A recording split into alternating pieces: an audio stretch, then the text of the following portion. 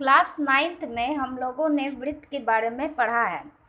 आज हम लोग यहाँ पर वृत्त और रेखा के विभिन्न स्थितियों पर विचार करेंगे। यहाँ देखिए ओ एक वृत्त है, ओ केंद्र का, और पी क्यू एक रेखा है। यहाँ पी क्यू जो है इस वृत्त को ना कहीं पे छू रही है ना कहीं पे काट रही है। तो इस स्थिति में बोलेंगे कि ये रेखा जो है इस वृत्त के सापेक्ष क्या है? अप्रतिच्छेदी रेखा है। अप्रतिच्छेदी रेखा।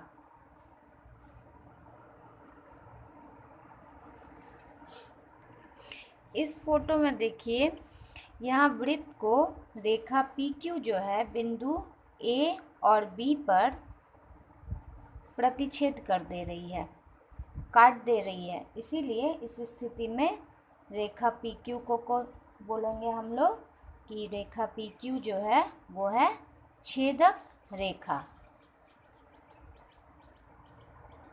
और इस स्थिति में देखिए, यहाँ वृत्त को ये रेखा पी क्यू जो है एक बिंदु ए पर स्पर्श कर रही है, छू रही है।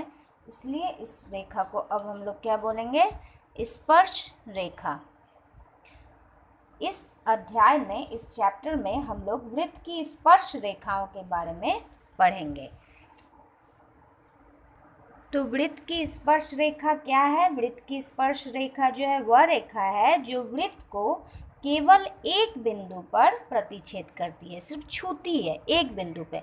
यदि दो बिंदु पे प्रतिच्छेद कर दी तो वो छेदक रेखा, और प्रतिच्छेद ही नहीं की तो वो अप्रतिच्छेदी रेखा। 3 कंडीशन है, सिर्फ 3 ही कंडीशन हो सकते हैं।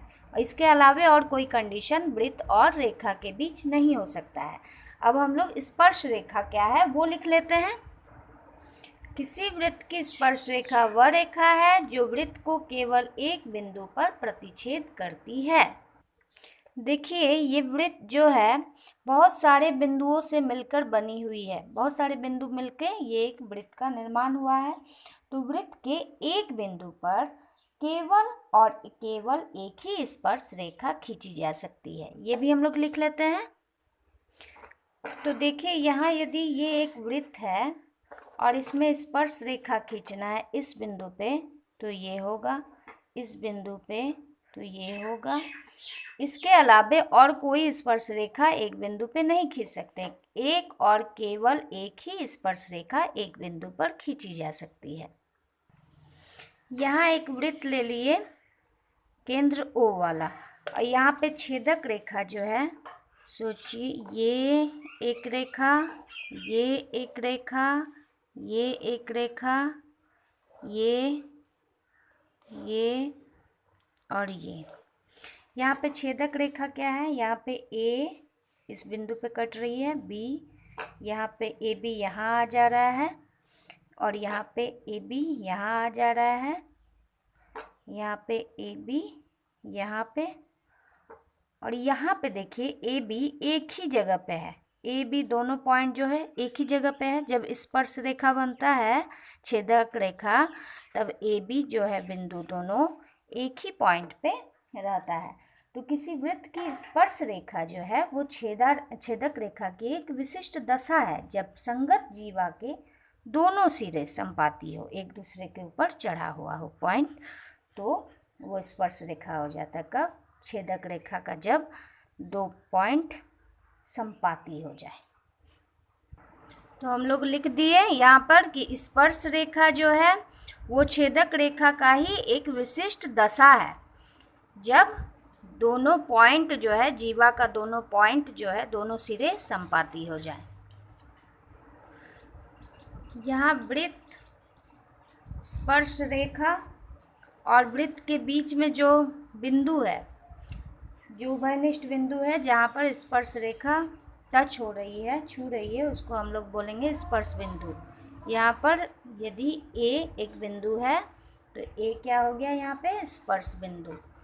अच्छा, यहाँ पे हम लोग ये भी देख सकते हैं कि एक वृत्त में हम लोग अनगिनत रूप से अनेक स्पर्श रेखा खींच सकते हैं। देखिए, यहाँ खींच लिए, यहाँ खींच लिए, उसके बाद यहाँ खींच लिए, यहाँ खींच सकते हैं। तो एक वृत्त पे अनगिनत रूप से अनेक स्पर्श रेखाएं खींची जा सकती हैं।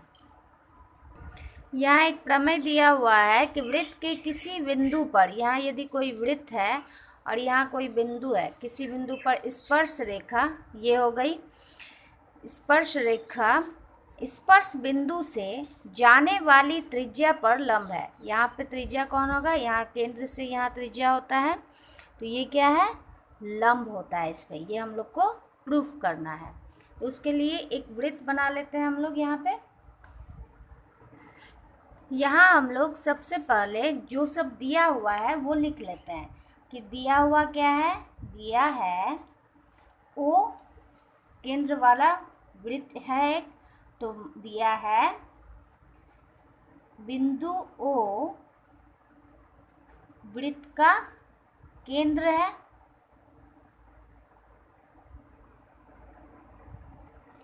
और क्या दिया है, तथा रेखा XY जो है बिंदु P पर एक स्पर्श रेखा है। रेखा XY बिंदु P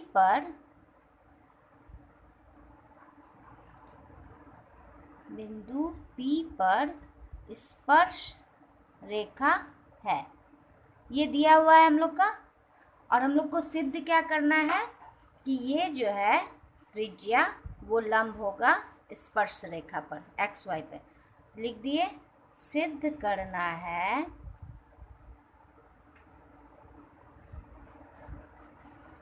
OP जो है वो लंब होगा, ये लंब का निशान है XY पे। अब हम लोग रचना करते हैं। रचना में क्या करेंगे कि XY रेखा पर एक कहीं पे भी बिंदु ले लेते हैं, कोई भी बिंदु, यहाँ ले लीजिए, यहाँ ले लीजिए, कोई भी बिंदु ले लेते हैं। हम लोग यहाँ पे एक बिंदु ले लेते हैं Q, और उसके बाद क्या करते हैं, O और Q को मिला देते हैं। यहाँ पर मिलाने पे यहाँ पे भी एक कट हो रहा है पॉइंट, यहाँ पे इसका नाम दे दिए R। तो यहाँ OP OR, यहाँ इसके परिधि पर जितना भी पॉइंट जाएगा सारा त्रिज्या होता है। तो यहाँ पे पहले लिख लेते हैं कि रचना क्या है। XY पर एक बिंदु Q लिया और क्या किए, O तथा Q को मिलाया। ये दो काम किए हम लोग, दोनों काम लिख दिए हम लोग यहाँ पे। अब हम लोग प्रूफ में आते हैं। पहले देखते हैं कि OP और OR क्या है, त्रिज्या है। OP OR क्या है, त्रिज्या है। तो त्रिज्या को छोटी r से हम लोग डिनोट कर सकते हैं। लिख दिए साइड में कि ये त्रिज्या हुआ वृत्त का। अब देखिए OQ बराबर क्या लिख सकते हैं, OR प्लस RQ लिख सकते हैं। OQ equal to OR plus RQ। OR OP ये सारा त्रिज्या है R, तो OQ बराबर यहाँ पे छोटी r प्लस RQ लिख सकते हैं। माने OQ जो है, इससे पता चल रहा है R प्लस है, माने R से ज़्यादा है, त्रिज्या से ज़्यादा है, त्रिज्या से ये ज़्यादा है। यानी हम ये लिख सकते हैं कि OQ जो है वो बड़ा है, किससे बड़ा है, OP से बड़ा है। क्यों बड़ा है, OP है R मेरा, और R से बड़ा हो रहा है OQ, इसीलिए OQ जो है OP से बड़ा है, ये लिख सकते हैं हम। अब लिखेंगे कि OP XY पर स्थित किसी भी बिंदु को केंद्र से मिलाने वाली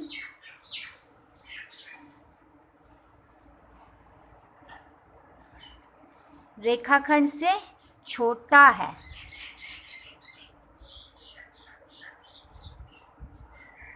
ऐसा क्यों लिखेंगे कि OP XY में कोई भी पॉइंट ले लीजिए, आप यहाँ पे लीजिए OQ, या यहाँ लीजिए, हमेशा आप देखिएगा त्रिज्या से ये बड़ा ही हो जा रहा है, हमेशा वृत्त के परिधि से बाहर निकल जा रहा है, तो त्रिज्या से हमेशा बड़ा हो जा रहा है। तो यही चीज़ हम लिख दिए कि OP जो है XY पर स्थित किसी भी बिंदु को, चाहे यहाँ लीजिए कोई भी बिंदु ले लीजिए, केंद्र से मिलाने वाली रेखाखंड से छोटा है। जब भी देखिएगा ये छोटा ही पड़ जाएगा, इससे भी, इससे भी, इससे भी, इससे भी, चाहे जहाँ भी पॉइंट लीजिए। तो वही चीज़ हम लोग लिख लिए।